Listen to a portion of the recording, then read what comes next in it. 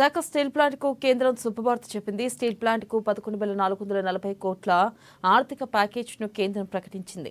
ఈ విషయాన్ని కేంద్ర మంత్రి అశ్విని వైష్ణవ్ అధికారికంగా వెల్లడించారు. ఇటీవల ప్రధానమంత్రి నరేంద్ర మోదీని కలిసినప్పుడు స్టీల్ ప్లాంట్ కు ఆర్థిక ప్యాకేజ్ ఇవ్వాలని ముఖ్యమంత్రి చంద్రబాబు కోరారు. స్టీల్ ప్లాంట్ ఆపరేషనల్ పేమెంట్స్ కోసం 11,440 కోట్ల ఆర్థిక ప్యాకేజ్ ప్రకటించింది కేంద్ర ప్రభుత్వం.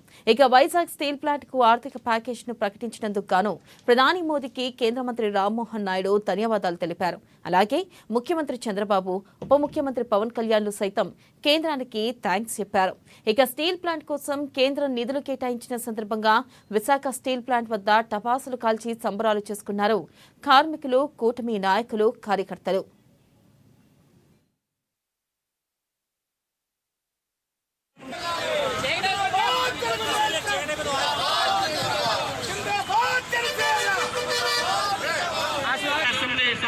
వారి మనోభావాలకి అర్థం వచ్చేటట్టు గౌరవించేటట్టు నిర్ణయం తీసుకుంటారని.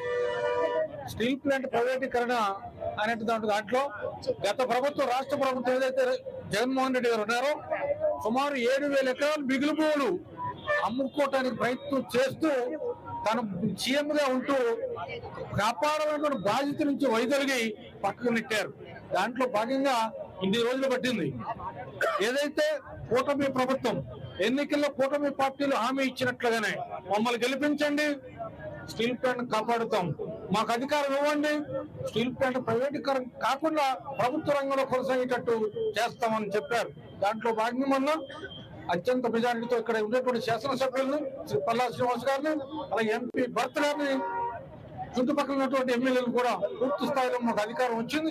ఈ అధికారం ప్రజలకు ఉపయోగపడాలి. ఈ అధికారం కేవలం ఎమ్మెల్యేలు, ఎంపీలుగా ఉండడానికి కాదు.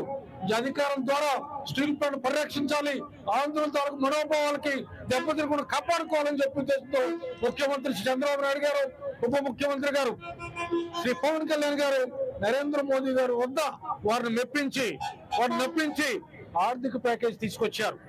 కానీ ఈ రోజు ఒక చారిత్రాత్మక ప్యాకేజ్ తో విశాఖ హక్కు, ఈ దేశ ప్రజల హక్కు అనే రీతిలో ఒక చారిత్రాత్మకమైన ప్యాకేజీ ప్రకటించిన దేశ ప్రధానమంత్రి శ్రీ నరేంద్ర మోడీ గారికి, అందుకు సహకరించిన ఆంధ్రప్రదేశ్ రాష్ట్ర ముఖ్యమంత్రి వర్యులు మాన్య శ్రీ నారా చంద్రబాబు నాయుడు గారికి, అతి చొరవ చూపిన జనసేన అధ్యక్షులు పవన్ కళ్యాణ్ గారికి, అలాగే స్థానిక శాసనసభ్యులు విశాఖ స్టీల్ ప్లాంట్ ఉద్యమానికి ప్రాణత్యాగాన్ని సిద్ధపడి అమర నిరాధ్యక్ష చేసి ఉద్యమానికి ఊపు తీసుకొచ్చిన పల్లా శ్రీనివాస గారికి, అలాగే ఎంపీ శ్రీభర్త గారికి పేరు పేరున ధన్యవాదాలు.